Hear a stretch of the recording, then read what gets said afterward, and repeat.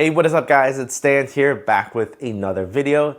Happy 2022. We finally made it. It's a brand new year. May this year be better than the previous.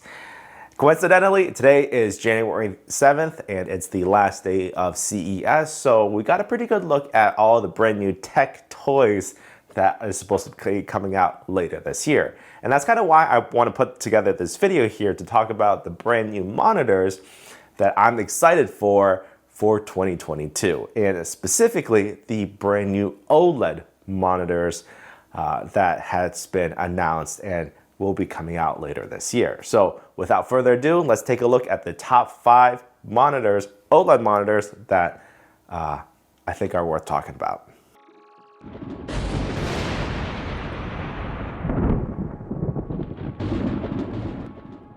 If you'll forgive me here, I've got my iPad with all my notes. There's a lot of stats that I want to make sure I get right here. So at number 5, it's the Asus PA32DC monitor. This is a professional monitor that comes in at 4K, 31.5 inches at 60 Hertz. Of course, it's an OLED display, but it's really primarily designed for the professional market. So the color accuracy, mainly for your photo editors, video editors, color grading. It's got a built-in color calibration device that just swings down. That's actually kind of cool. It's got a HDR 400 certification. Now, normally you would imagine HDR 400 is kind of low, but it's primarily because it's got a peak brightness of only 400 nits. Again, if your desire is for color accuracy, brightness isn't all that important, or it really can't get all that bright, so I guess it is what it is. But I would imagine the color or the picture quality is pretty good, especially since you can get to that zero brightness or that, infinite contrast with OLEDs. This panel technically was announced last year in September of 21, but the availability hasn't been all that great, so expect this to be more available in 2022. There was another professional panel that LG announced and released earlier this year. It's the LG Ultrafine 32 EP950 OLED Pro. It's the same panel, same size, same stats. So I would imagine the overall stats would be very similar with these two panels. Next, at number 4 on this list is the LG C2 OLED TV. LG OLEDs need no introduction. We all know that they're great TVs. New for 2022 is the C2, upgraded from the C1 of last year. What's special about the C2 TV is that we get the new 42-inch size for the TV. Now, if you do recall, last year at CES 2021, we did get talk about a 42-inch coming. Because of supply chain issues, that never materialized in 2021. It seems to be happening now in 2022. So we did have 48-inch LG C1 TVs. However, 48 inches is still a little bit large for most people. 42 inches is a lot more manageable. 42-inch width is basically the same width as my 38-inch ultra wide, just a little bit taller because of, well, the 42-inch dimensions or whatever. But it's a lot more manageable for a computer monitor, so that's very exciting. With the 42 inches, you get the higher pixel density. It's still at 4K, 120 Hertz, HDR, 10-bit, all that goodness. And also, the C2 is a little bit brighter than the C1 of last year because the C2 is going to be using the LG OLED Evo panels. These panels are the same ones that are found in the G1 of last year. So if you compare the G1 versus the C1, you know that the G1 is a little bit brighter. These are going to be having those upgraded panels, so that's going to be great. Now, there's a couple pros and cons if you're looking at the TV. So the pros, of course, you get the extra TV capabilities, you got streaming, you get the TV apps, but the con is that you only have HDMI 2.1 ports on the back, naturally because it's a TV. So you have to have a GPU or a very modern GPU with HDMI 2.1 outputs. Some like the 3000 series, they have those. From NVIDIA. Now, and also you cannot turn on the TV without a remote, or you actually have to physically turn on the TV for it to work.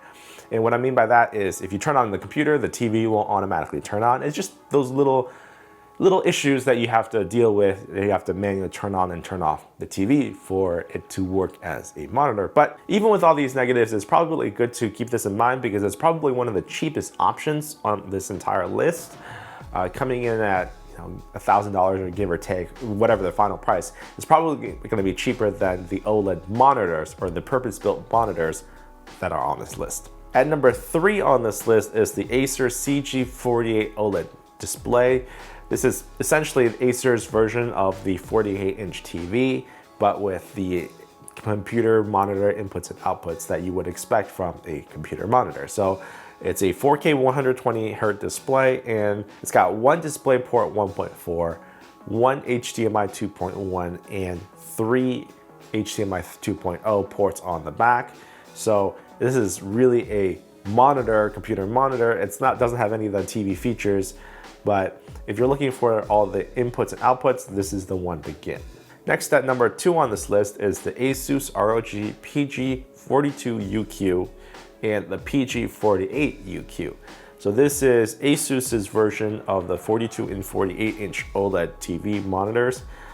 These are really gaming monitors. Asus is really branding this as gaming monitors. So these are going to have the 4K 120Hz displays. Being OLED, they're going to be good for 0.1 millisecond gray to gray, and they're going to be 10-bit, HDR, all that goodness. What's important is that it's got Adaptive-Sync VRR, so it's going to be good for FreeSync. It's probably going to be good for G-Sync as well, and it's got a maximum brightness of 900 nits. Now there is a caveat to that. 900 nits is only good for about 3% of the screen size. OLEDs really can't get all that bright, but there are some areas where it can get very bright. So the specular highlights, 3% of the screen size for 900 nits, peak brightness. Mainly that's for the HDR certification. This monitor does have a lot of good inputs and outputs. It's got one DisplayPort 1.4, two HDMI 2.1s with the full 48 gigabits per second of throughput. This is up from the limited HDMI 2.1 capabilities found in the LG C1 TVs. We're getting the full rate with the fixed rate link. They did some magic, and when we're getting the full bandwidth on that connection now, and it's also got two HDMI 2.0s on the back. So overall, the I/O on this monitor is very good. It's going to be good for your consoles, going to be good for a TV, and as well as your computer monitor. So keep an eye out for that. That should be out later this year. Last but not least, at number 1 is the Dell Alienware AW3423DW. Now, this is the gaming monitor to get because it's a 34-inch ultra-wide OLED display, actually a QD OLED display. This is actually manufactured by Samsung. Now, you might be wondering, Samsung is not known for OLED displays. Samsung is finally getting into the OLED business with their brand new QD or quantum dot OLEDs.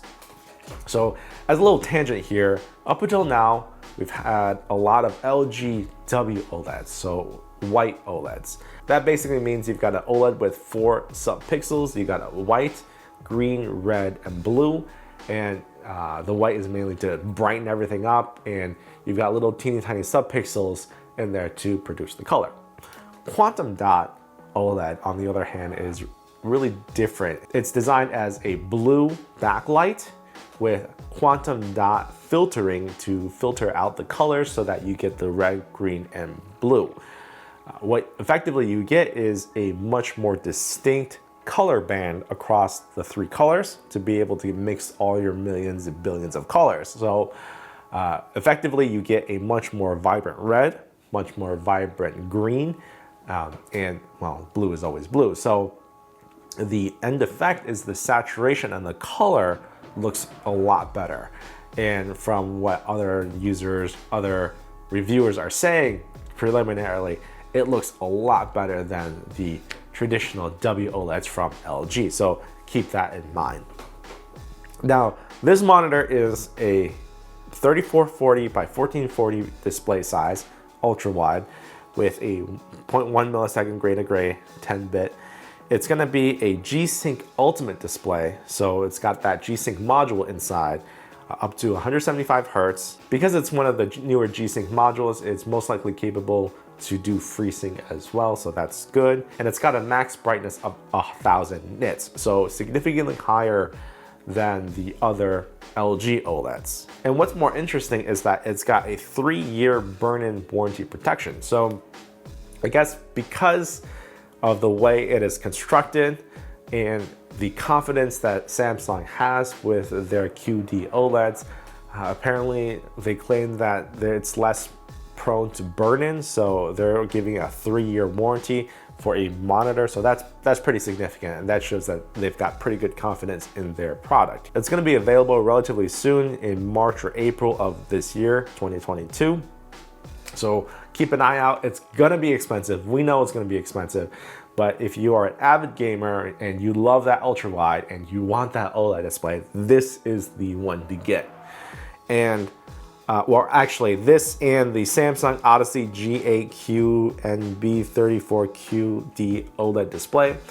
Most likely, this is the Samsung version of this Alienware display with the same Samsung panels, probably the exact same stats. Keep an eye out on that. There's not a lot of information about that yet. It looks like the Dell Alienware is going to come out first. Maybe the Samsung Odyssey G8 QD OLED is going to come out later, but it's possibly going to be a cheaper version of the Alienware. We'll have to see.